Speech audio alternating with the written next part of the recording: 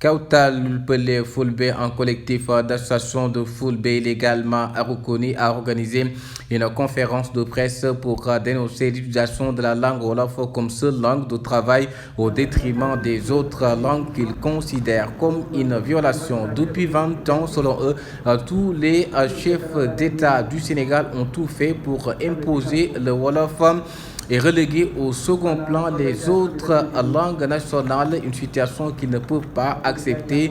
C'est pourquoi ils souhaiteraient que toutes les langues nationales soient traitées au même pied d'égalité. Bouba Sangot, président de Kautal Pelé Fulbe, porte leur parole. Je vous propose de le suivre sur la chaîne des leaders Go220. Au rang de langue nationale, à environ 20 actuellement. On relève que pour le législateur sénégalais, qui a même tenu à énumérer nos langues nationales suivant l'ordre alphabétique, aucune de celles-ci n'est supérieure aux autres. Cela est plus explicite encore dans l'exposé des motifs de la loi numéro 78/060 du 28 décembre 1978 disposant que le nombre des langues nationales au Sénégal est fixé à 6.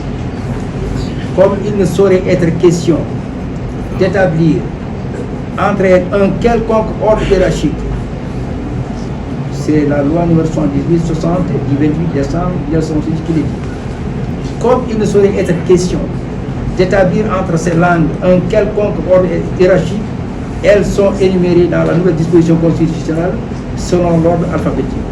Ce sont le Diola, le Malinké, le Pulaar, le Sérère, le Soninké et le Wolof. Or, ces dispositions constitutionnelles et réglementaires sont violées par les différents gouvernements qui ont eu à diriger le Sénégal au cours des 24 dernières années. En effet, ces gouvernements ont tout mis en œuvre pour imposer le Wolof comme seule langue de travail, pour lui avoir octroyé 22 émissions dans tous les domaines sur la RTS, contre une seule émission.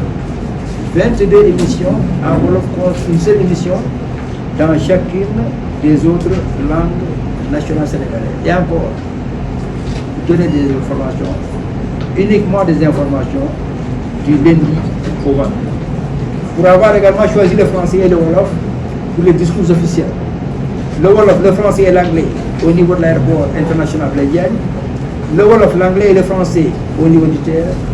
Le Wolof, l'anglais et le français à bord de la compagnie nationale Air Sénégal. Le français et le Wolof au niveau du BRT, appelé encore Sunu BRT. Le Wolof pour les noms dans les programmes gouvernementaux et pour désigner des localités, des structures, des sociétés publiques ou des sociétés d'économie mixte, etc., etc. Chers amis, dénoncer un tel parti pris pour le Wolof ne relève pas de la part de Kautal Pelé Fulbe d'une volonté de récuser cette langue.